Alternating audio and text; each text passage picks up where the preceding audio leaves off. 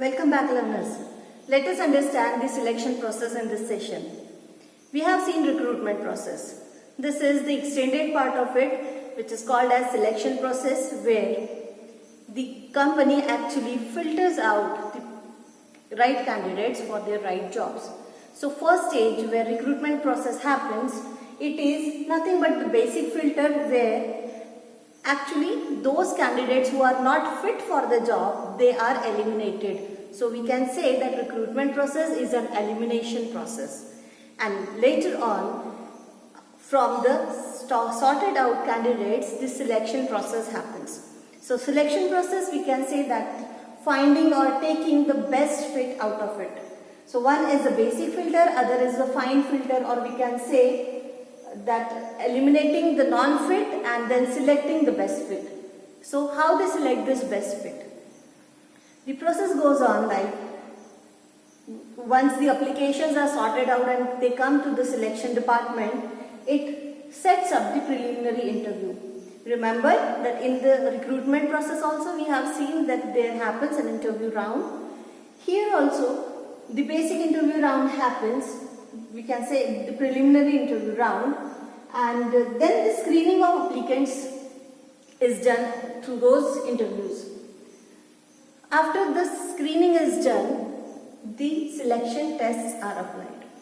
Friends, the right candidate which is required can be only told by the manager of that particular process.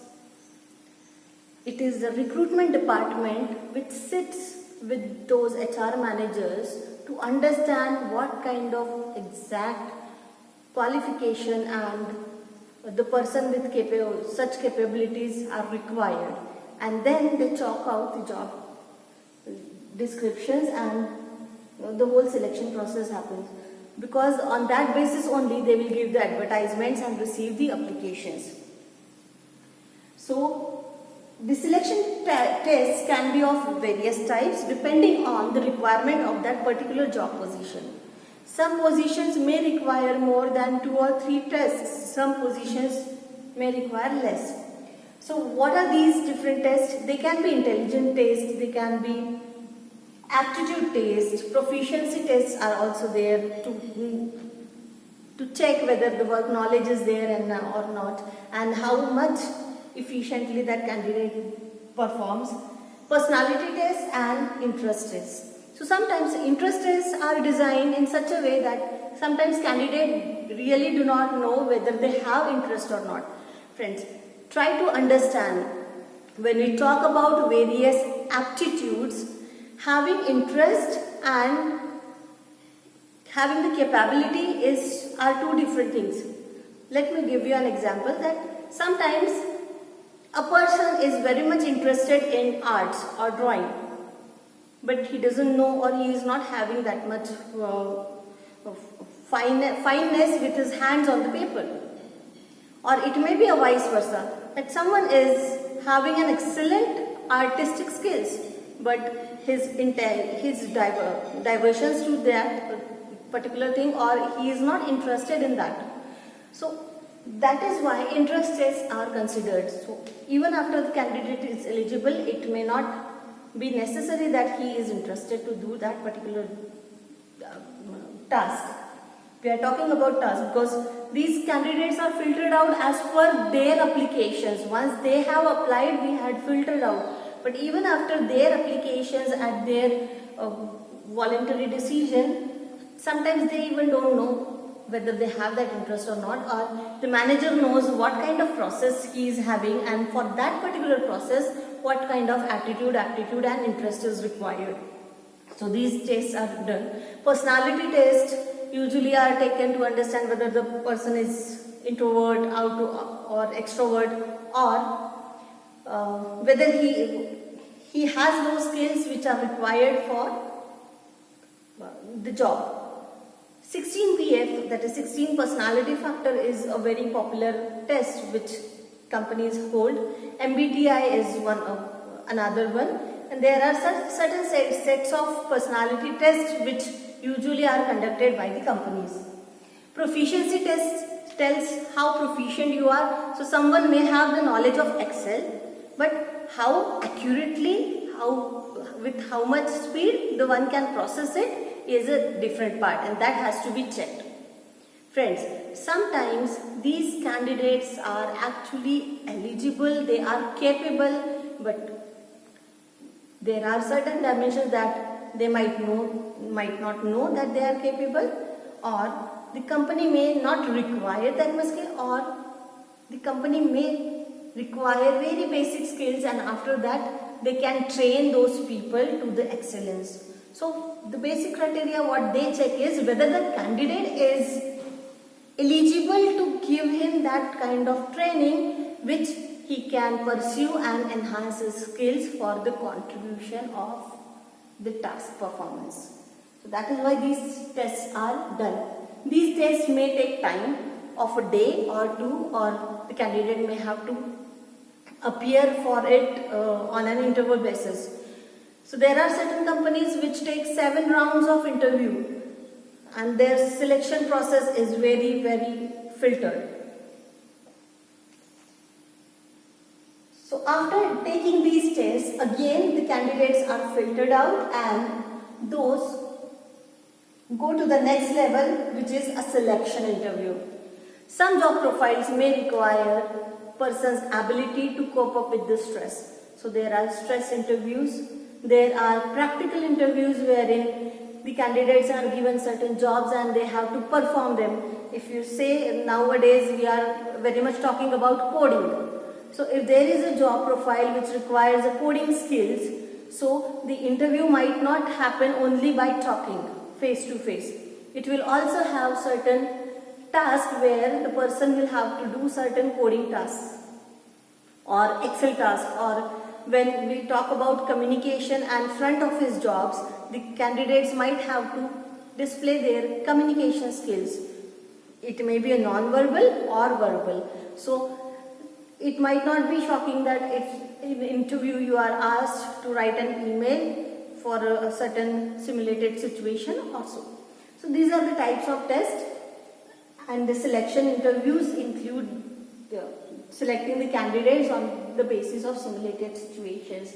So after the selection interviews, they may also have certain branches. That selection interviews may have HR round at the last. Before that, they will have a technical round where they will check the technical skills required for that particular job description.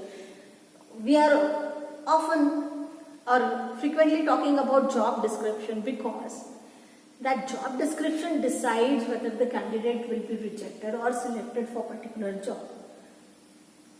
Medical examination happens once these people are selected finally. So final selection is done by the manager of that particular task or project or process, because he is the only person who knows what kind of exact person he wants for the job. He is the person who are having targets to be completed, and those targets can be completed only when he will have the right people in that right place. So before this, all the procedures can be outsourced or can be done by other departments. But when it comes to the selection interview or final interview, it is the manager who has to be there, and he decides what kind of salary one can draw, or even the candidate has the ability to negotiate on his own skills. So there are only two people who knows what is the salary of the person which can be given. That is, one is the process manager and the other one is the HR manager. So selection interviews will have HR interviews or technical interviews. They also have sometimes the situation based on decision making skills they can check into selection interviews, and those are they might be short or they might be long. In the next lectures, when we will discuss the types of interviews in detail, we will cover that part.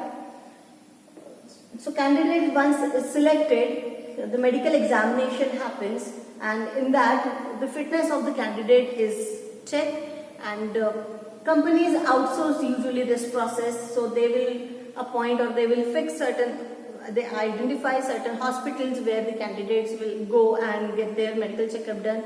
It is just about the general fitness and of the candidate, and it also includes the blood sugar tests and so on. So once the medical examination is passed by the candidate, he is offered an offer letter which he or she has to accept. Once this offer letter is accepted, so company gives offer letter, it is accepted by the candidate, then against that the company will issue appointment letter to that candidate, and then he can join the particular position. And after that the training happens. So this is the selection procedure. Friends, this may include or may exclude certain steps in between this process. This is a general process we are talking that every company follows. Depending on the size of the company, depending on how many applications they are receiving, these processes may take longer or shorter time, or they include certain more steps.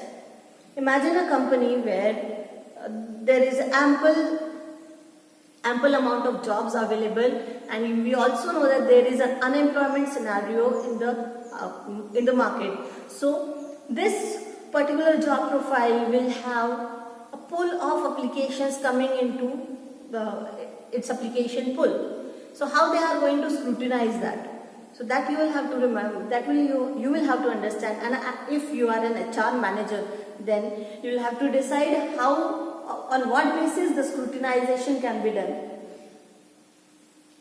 So these applications have to be sorted out. Certain times we just reject the candidates with an automated email that okay, we will let you know after some days, or your application cannot be selected this time, you can better have a luck next time after 3 months or 6 months. So this process also sets the minimum criteria, time period for which the candidate cannot apply, or after which the candidate reapplies to the position. But yes, as we have seen in the performance process, that goes into the database of the company, where it keeps a record of rejected as well as selected candidates. So this is about the selection procedure. When we talk about recruitment process, it includes checking out the basic education, experience, knowledge, and also the interest of the candidate to apply for the job position. So after that recruitment procedure and sorting out those applications, the selection procedure starts, where multi-level filtration happens. So that is a fine filter. The more the specific skills are required for the job, the more the filters are applied, and the procedure takes time. So documentation procedure also includes having their salary accounts open, having their insurances process done, and whatever, if the travel allowance or travel convenience is given to them, all those procedures are done here along with the application and offer letter procedures. So this is how the selection process is done, and at the end of the process the employment or employee ID is generated for that particular company. So this is how the whole selection process goes on. After this, the training and development process starts. Development process is for the managers, but training process is for imparting the KSS, that is skills, abilities and knowledge. The abilities can also be attitudes at particular points. So in KSA the A is also for attitudes and abilities. So this training again will look for what kind of candidates are coming in, because that training is for particular process where the basic, like if any candidate is going to apply for the KPOs or BPO. So BPO process will have two sections, that one is of voice and another is back office. So if that candidate is eligible to be trained enough, then only he will be selected. So selection process is just not considering how many applications are filtered out by the recruitment department, but it is also focusing on whether that candidate is eligible to be trained and can he be forwarded to the next level, and will he be able to give the contribution which is required by the company, and also it considers whether that candidate can survive for the longer period in that company. So not training with attributes can turn into a failure for any company even after the selection procedure is very efficient or is very effective. So this is the importance of selection procedure. If something goes wrong, if the manager finds that the candidate is not performing according to the expectations, it is not just the manager who will be questioned. It is the whole selection process right from the recruitment stage that can be questioned and will have a second opinion for the consideration where the areas of improvement are to be found, and that can be found out and it is modified. Because having a wrong person at the right position or having a right person at the wrong position, both combinations are deadly, and that is why selection process becomes more and more significant. It takes time often, and recruitment process is often outsourced, but selection process, more of actual companies people are involved here. That is the difference between the recruitment process and the selection process. Sometimes you will also hear that, okay, your preliminary rounds are okay, you have passed the company's rounds, and then they will call you on the company's office with the process manager, and he will again interview you, and there might be some questions in your mind that why they are asking those questions again and again. But there are certain designed tests, like here we can see the selection tests are expert design tests, where if you are talking about checking the intelligence of the person, on what basis you will judge that he is intelligent or not, or his personality is good or not. There is no good or bad here. It is just whether it is fit or unfit. And that is why selection process is also called as a filtration process, where we pick the best one or the best fit for the job profile. So friends, this is all about the selection process. Until I bring you the next management lesson, keep watching and keep learning. Thank you.